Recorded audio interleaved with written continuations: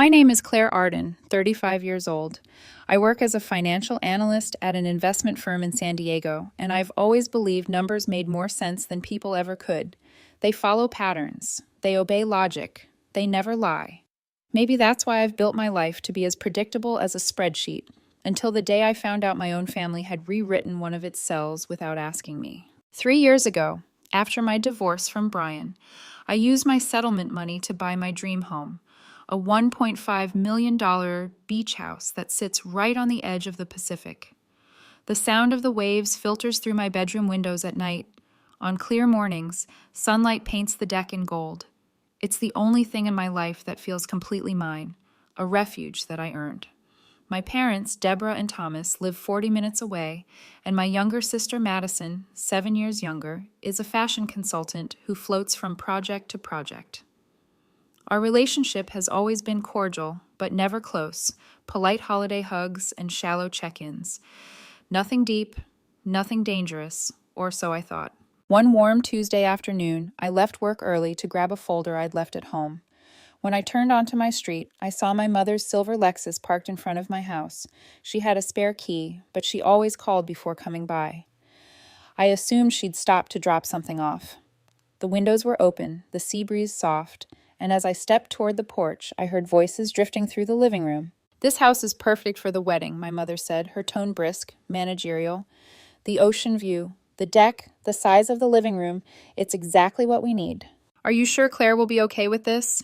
Madison's voice followed, hesitant, uncertain. "Of course she will. This is family property. She owes us after everything we've done for her." My hand froze on the doorknob. They kept talking, each word twisting tighter inside my chest. "We can have the ceremony on the deck," Madison said. "The reception inside, maybe a dance floor on the lawn. 200 guests, tops." 200 guests. In my house. My mother's voice sharpened like a blade. "White flowers everywhere. Roses, lilies, orchids. We'll string lights along the deck railing. It'll be breathtaking."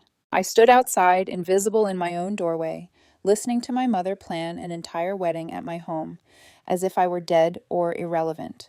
My pulse pounded in my ears. I wanted to storm in, demand an explanation, but curiosity rooted me there. I needed to know how far they'd go. Finally, I stepped back from the door and left. I ended up downtown, sitting at a coffee shop with a latte that went cold. The chatter of strangers blurred around me. My mind ran numbers like an algorithm. Probability of misunderstanding, 2%. Probability that my mother saw me as expendable, 100%. 2 hours later, I drove home. The Lexus was gone. I didn't text her, didn't call. I just waited. A week passed. Then came the dinner invitation. My mother had reserved a private table at a restaurant overlooking the harbor. When I arrived, Madison was already there, glowing in soft pink. "Claire, this is Jacob Miller," she said, smiling like a girl from a magazine cover. "My fiancé." He was polite, handsome, maybe early 30s. He shook my hand firmly, spoke about his marketing firm, complimented my mother's taste in wine. Everything felt staged, like a press release. After dinner, I excused myself to use the restroom and pass the front foyer. There, hidden behind a decorative plant, I saw my mother on her phone, whispering. "Yes, Veronica, everything's coming together beautifully," she said, laughing quietly. "Madison's wedding will restore the family's reputation after Claire's shameful divorce. Finally, something to be proud of again." The words hit like salt water in an open wound. I didn't move, didn't breathe, until she ended the call. When I returned to the table, I smiled through the rest of the evening, tasting metal in my mouth. Another week later, she invited me to dinner at her house. "Just a few friends from the club," she said. When I arrived, 3 women I'd never met sat on velvet chairs in the living room, dripping diamonds. After dinner, my mother tapped her glass with a spoon. "I have an announcement," she said brightly. "Claire has generously agreed to provide her beautiful beach house for Madison's wedding. Isn't that wonderful?" Every head turned toward me. I could feel the trap snap shut. If I said no, I'd be branded selfish, heartless. If I said yes, I'd be surrendering everything I owned. The air felt thick, my throat closing. "Of course," I heard myself say. "Happy to help." My voice didn't even sound like mine. Applause followed. Madison hugged me. My mother smiled as if she'd won a war. From that moment, they were in my house constantly. Fabric swatches on the couch, floral samples crowding my counter, Pinterest boards flashing across my TV screen.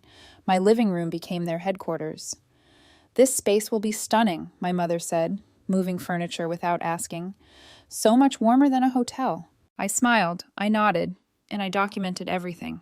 Late one night, I ordered 3 voice-activated recording devices online. I hid one behind a picture frame in the living room, another in the kitchen cabinet, and a third near the dining table. Then I waited. They came back 2 days later while I was at work. That evening, I sat at my desk with headphones on and pressed play. My mother's voice filled the room. "Claire owes us for being born. Children should obey their mothers without question. That's how families work." Madison's voice small. "She's been so quiet about the wedding lately." "Because she knows better," my mother snapped. "At least her house will finally be useful for something." I listened 3 times. By the third, my tears had dried. What replaced them wasn't sadness. It was clarity. The next morning, I met with a property lawyer named Jennifer Harris. She was efficient, sharp-eyed, exactly my kind of person. "I need to make sure no one can claim any rights to my home," I told her. She smiled slightly. "You'd be surprised how often I hear that." We went over deeds, property records, contingencies. She verified I was the sole legal owner. Then I told her about the wedding date, about wanting to stop them without confrontation. Jennifer leaned back, thoughtful. "I might have a way." 2 days later, I met with a location scout from Pacific Studios. I showed him photos of my house, the panoramic deck, the ocean view. His eyes lit up. "Perfect for our beach house scenes. When's it available?" "I have a weekend in 6 weeks that works," I said. We signed the lease that day. Pacific Studios would rent my home for $5,000 for the same weekend as Madison's wedding. The contract was notarized and filed with the county. The studio notified local authorities about their scheduled filming, complete with security and no-access fencing. Everything was official. As I left the courthouse with copies of the paperwork, a sea breeze brushed my face, heavy with salt and sunlight. For the first time in weeks, I breathed freely. They thought I'd stay quiet forever. They were wrong. The game had changed, and this time, I was the one writing the script. The call came just after midnight, when the ocean sounded like a sleeping animal outside my window. "Claire, can I come over?" Madison's voice was tight, brittle, the way glass sounds right before it breaks. I told her yes and put on a kettle, though I knew she would not drink anything I made. She arrived in pajama pants under a beige coat, hair pinned up too neatly for someone who had been crying. She stood in my doorway like a kid again, not the glowing bride everyone posted about online. For a moment we said nothing. The silence between us was a strange gift, a pause I did not want to ruin. "I am not sure I want to marry Jacob," she whispered finally. She looked past me toward the deck, the way people stare at exits in crowded rooms. "I do not know if I love him or if I love how Mom looks at me when he is there." I motioned for her to sit. "When did you start feeling like this?" "Maybe the day she showed me the dress," she said, "or when she emailed the guest list with the subject line Family Redemption." "I cannot tell anymore. Everything is staged." She rubbed her fingers over the seam of the couch. "Mom picked the venue, the flowers, the colors, the food. She picked Jacob, basically. I keep thinking there must be a right choice I can make that will make her proud and make me happy at the same time, and I cannot find it." Her voice cracked on the last word. I passed her a box of tissues. "Have you told Mom?" Madison laughed, a sharp, humorless sound. She would rather swallow a light bulb. "She has already told her friends. The club, the magazine. Did you see the article?" I shook my head. "What article?" "California Lifestyle," she said, staring at her knees. "An interview about family tradition. She told them your beach house has been in the family for generations. She called it the Arden Legacy by the sea. There were photos of the deck. The comments were full of people saying how meaningful it was that our family kept a home like this for so long." My jaw tightened. The house I bought after losing a marriage, the house I paid for alone, had been repackaged as a public heirloom. If you repeat a lie where people want to believe it, it grows fast. "What do you want truly?" I asked. "If Mom's voice were not in the room, what would you choose?" She looked up at me, eyes ringed in red. "I want to make my own mistakes. I want to wake up one day and know the choice was mine." Tears swelled, and I let them come. I did not tell her about the lease, the permits, the fence that would rise before dawn on her wedding day. Part of me felt cruel. Another part remembered the recordings and thought of every time I had been told gratitude and obedience were synonyms. It was not my job to save a ceremony designed to make me invisible. Madison cried herself empty, then fell silent. I made tea anyway. We sat with steaming cups that cooled untouched. At the door, she kissed my cheek and said thank you in a voice that made me ache. I watched her walk to her car and did not call her back. The clock was already ticking.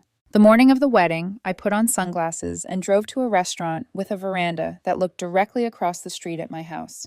The hostess seated me with a view like I had requested, no questions asked. I ordered coffee and watched the sky trade gray for pale blue. At 6, the Pacific Studios trucks rolled in like a small, well-behaved army. Grips unloaded C-stands and sound blankets. Electricians unspooled cable with practiced ease. A production assistant walked the perimeter with a clipboard, chatting into a headset. Temporary fencing went up along the property line. Paperwork was taped to a sandwich board. Commercial filming in progress. No unauthorized access. Another sign listed permit numbers and the name of the on-site coordinator. A private security team in yellow vests took positions at the driveway and the back path that curved down toward the beach. I sipped coffee and tried to imagine the exact moment when my mother would see what had taken shape in the space she believed she controlled. By 9, the first wedding vendors arrived. A catering truck idled at the curb, confused. A van of florists pulled in behind them, buckets of white roses visible through the windows. A rentals truck stacked with folding chairs parked further down the street. They swarmed toward the fence with the hurried optimism of people who fix problems for a living. Security greeted them calmly and pointed to the paperwork. The catering manager argued. The florist tried charm. None of it mattered. A security guard made a phone call, then handed over a copy of the lease and the filming permits. The vendors looked at each other, then at the signs, then at their phones. 2 of them started filming. The economy of attention never wastes a good disaster. My mother's car appeared like something out of a play, where timing is the punchline. She parked badly, half on the curb, and stormed toward the gate in a navy dress that telegraphed money. Madison followed, veiled, bouquet clutched in her right hand. She looked like a statue someone had pushed into the wrong scene. I could not hear the exact words from across the street, but I knew my mother's posture the way sailors know the weather. She jabbed a finger toward the deck, toward the house, then toward the security guard's chest. He did not flinch. He checked the permit again and pointed to the county seal. Another guard murmured into a radio and nodded. 2 police cars pulled up. The officers stepped out with the bored competence of men who know the rule book and have used it in worse places. They listened to my mother, took the papers, and spoke to the studio coordinator. One officer shook his head gently, while my mother gestured with her whole body, as if she could move the law with her hands. People in formal wear started gathering along the sidewalk. A little boy in a bow tie filmed my mother with his phone, eyes wide, as if he had stumbled into a documentary about animals at a watering hole. Madison stood apart, bouquet drooping, heels sinking into soft asphalt. Her veil slipped, and she did not fix it. Jacob arrived late, stepped out, checked his phone, and looked bored. He put a hand on Madison's back for one careful second, then withdrew as if the gesture had burned him. I watched him glance at the fence, then at his watch. The police handed my mother the paperwork again, more slowly this time, the way teachers return tests to children who need the grade to be read out loud. She stared at the page and started shouting. I saw the exact moment the sound carried across the street. Diners on the veranda turned their heads like flowers following light. The officers called it. Vendors packed up with grumbling efficiency. Guests drifted toward their cars, holding gifts like they did not know where to set them down. Someone began to explain the difference between private property and permitted commercial filming, loudly, to no one in particular. Jacob tapped out a message, glanced at Madison for the barest beat, then slid into his car and drove away without speaking to her. Madison did not chase him. She watched him go with the flat expression of someone who has already fallen as far as she can today. My phone lit up and kept lighting up. Calls from my mother, then my father, then unknown numbers I suspected were my mother's friends. Text after text arrived, lines of fury stacking like bricks. I answered only once. I wrote, I am not paying for anything. You planned a wedding at my house without asking me. That is your mistake. Then I blocked her. The relief was physical, like taking off a dress that had always fit too tight. By noon, the street looked almost normal. The studio reset. The crew moved equipment as if none of it had happened. I watched an extra rehearse, a line on the deck, and recognized the face from a show my coworkers had binged last year. The absurdity of a fake domestic scene replacing a fake domestic scene was not lost on me. I wondered which version would get more views online. I paid my bill and walked to my car.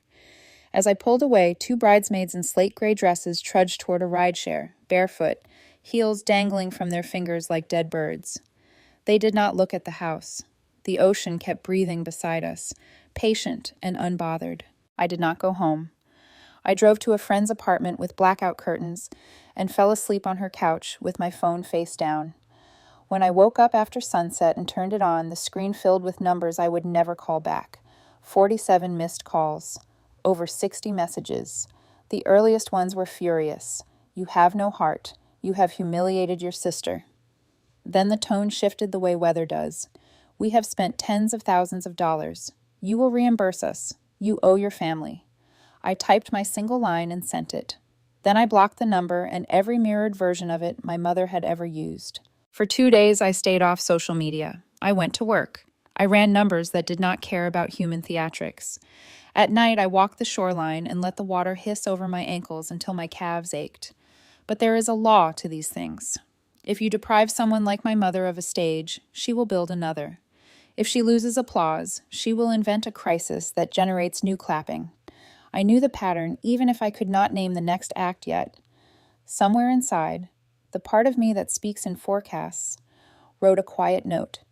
Watch the feeds. The story is not done. On the third day, I opened my laptop and scrolled. A cousin had posted a blurry video of the confrontation with a caption about permits and betrayal. A neighbor had uploaded a thread about private property rights that was surprisingly accurate. In the comments under both, strangers argued about whether boundaries are cruelty or self-respect when family is involved. I watched how quickly people rewrote us into simple roles: selfish older sister, golden younger one, overbearing mother, weak fiancé. Stories spread most easily when characters are flat. The truth is always harder to hold. Late that night, I stood on the deck and listened to the water and told the house I was sorry for what it had seen. The rail was cool under my palms. Beyond the black glass of the ocean, a freighter moved like a slow constellation. Somewhere in the distance, a gull cried once and went quiet. The fence had done its job. The papers had done theirs. But something in me knew my mother was not finished. The next morning, my father called from an unfamiliar number. He never used unfamiliar numbers. I let it ring, then picked up anyway. "Claire," he said, voice worn thin, "your mother is sick." The script shifted beneath my feet. "Your mother has breast cancer," my father said. "She's starting treatment next week. She didn't want to worry anyone, but she can't hide it anymore." The words landed like stones in my stomach. For a second, I almost believed him. Then he added, "She's posted about it on Facebook. There's a fundraiser link." And just like that, the air changed. After we hung up, I opened my laptop. There it was, a long post from my mother, written with the precision of a novelist. "Friends, I never thought I'd be sharing something this personal." She detailed a recent diagnosis, a difficult road ahead, and the importance of faith, family, and community.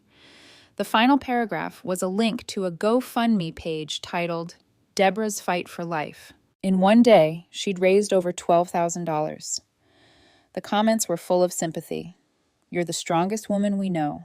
We're praying for you. What a beautiful family you have."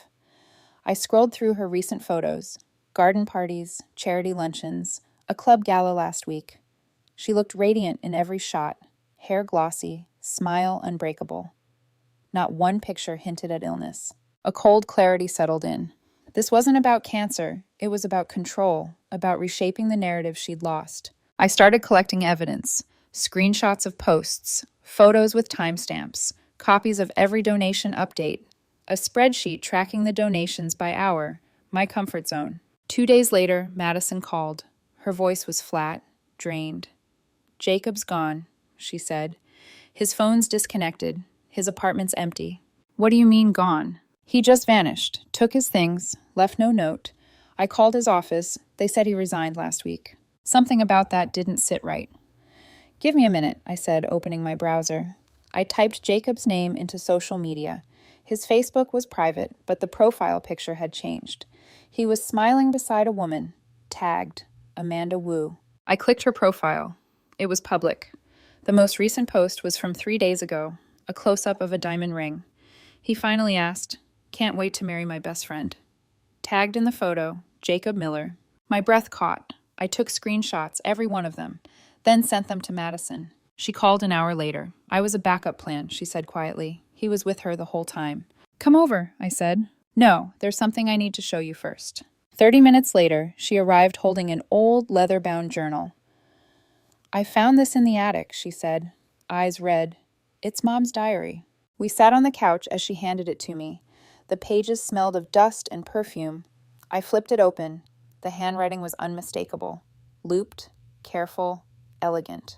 The first entry was from years ago. Madison is so easy to shape. She's perfect material for loyalty. She'll take care of me when I'm old. The next one froze my blood. Claire is too independent. Too proud.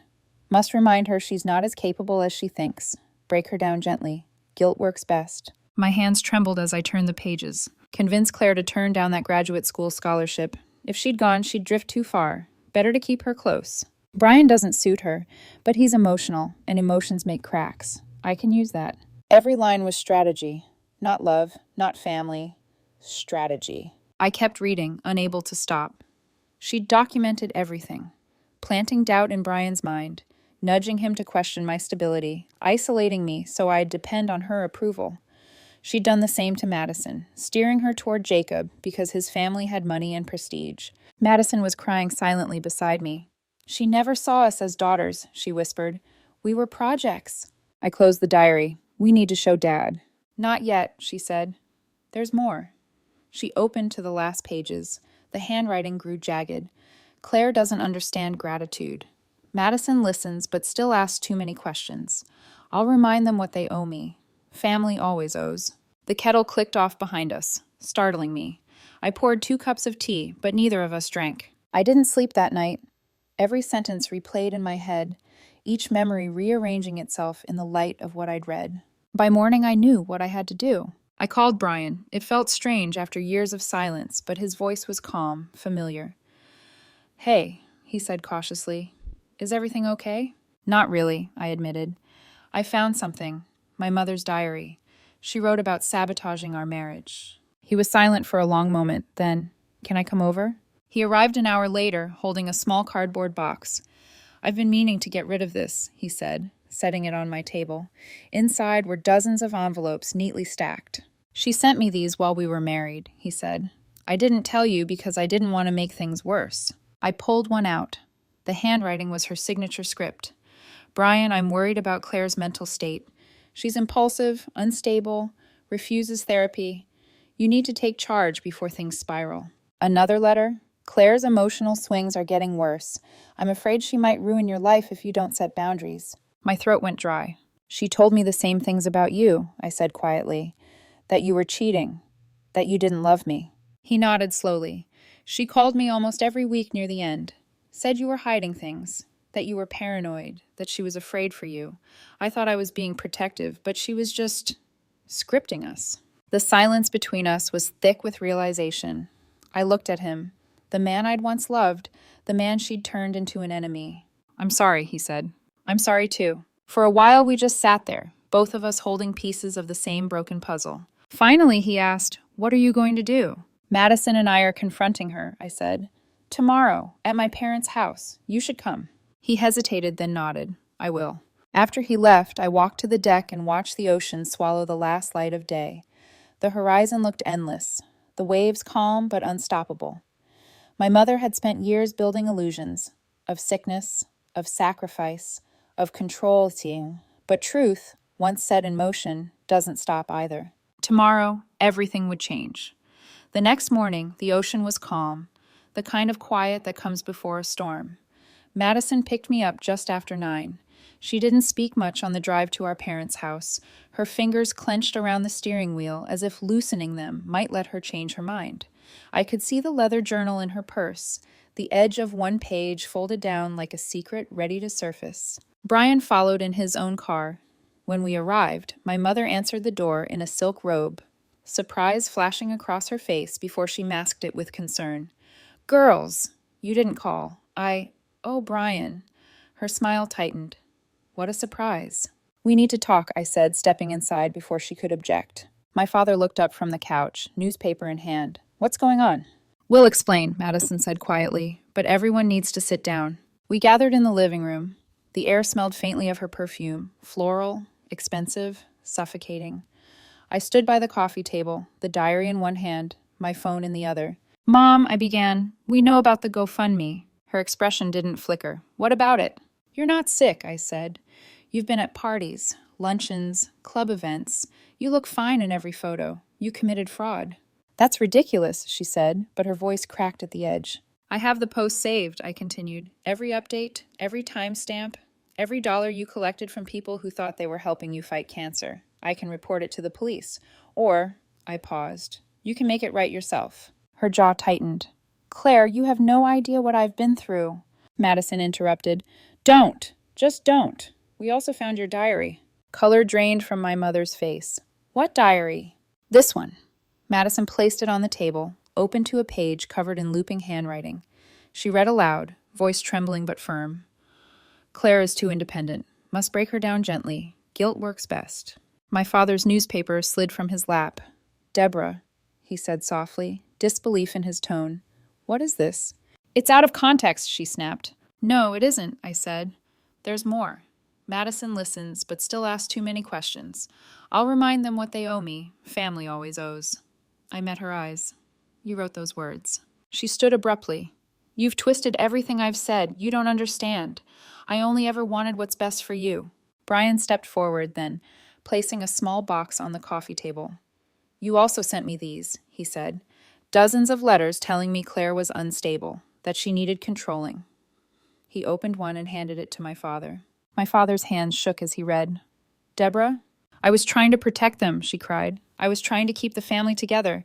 Claire was drifting, and Madison doesn't think for herself." "Enough," Madison said. It was the first time I'd heard her voice steady in weeks. "You hurt us. You lied to everyone, even your friends. This isn't love. It's manipulation." My mother looked around, desperate for an ally. My father just stared, silent. For the first time in my life, I saw something break behind his eyes. Not anger, not disbelief, but grief. "Here's what's going to happen," I said. "You're going to shut down the fundraiser, return every cent, and post a public apology explaining the truth. Then you're going to start therapy, someone who specializes in narcissistic personality disorder. If you don't, we'll report the fraud and take the diary to the authorities." She covered her face with her hands. "You wouldn't." "We would," Madison said. "You taught us well, remember? Family owes." The silence that followed was heavy, stretching into the corners of the room. Then my father spoke, voice barely above a whisper. "Do what they're asking, Deborah." Tears slid down her cheeks, but I'd learned by now that tears didn't always mean remorse. Still, something in her posture changed, shoulders sagging, energy draining out of her like air from a punctured balloon. "I didn't realize," she said quietly. "I didn't see how bad it had become." "That's not enough," I replied. "Do the right thing." That afternoon, she did. The post went live at 3:17 p.m. "To all who supported me, I have something to confess." She admitted she'd fabricated the illness, returned all $12,000 to the donors, and apologized for deceiving the community. The comments were brutal. Disbelief, anger, pity. Her friends from the club stopped responding to her messages. By the end of the week, she'd been removed from every committee she'd ever chaired. Within a month, my parents sold their house and moved to a small apartment in another city. I changed my number and blocked them both on every platform. For the first time in my life, the silence felt peaceful. Madison started therapy. She called it unlearning golden child syndrome.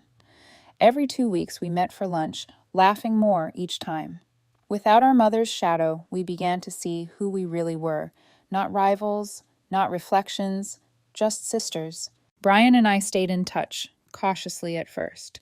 We talked about work, about the past, about the version of E that might have survived if no one had been whispering poison between us. One evening over dinner, he said, "Our marriage didn't fail because of us. It failed because someone wanted it to." I nodded, heart pounding. "Do you think we could try again?" He smiled, gentle and sure. "Yeah, I think we could." 3 months later, we remarried quietly at City Hall. No guests, no photographers. Madison signed as our witness.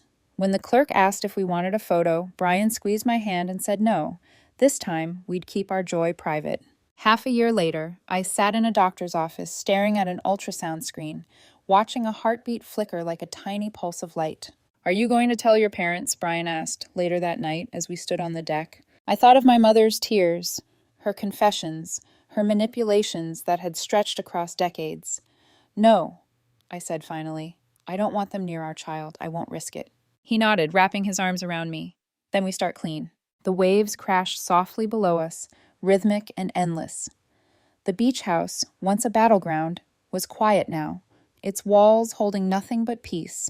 I rested my hand on my stomach and looked out at the horizon.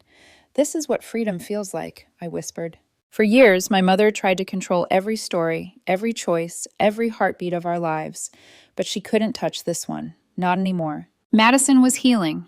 I was free, and the life growing inside me would never know the weight of manipulation or guilt. Only love, only truth, only the calm sound of the sea.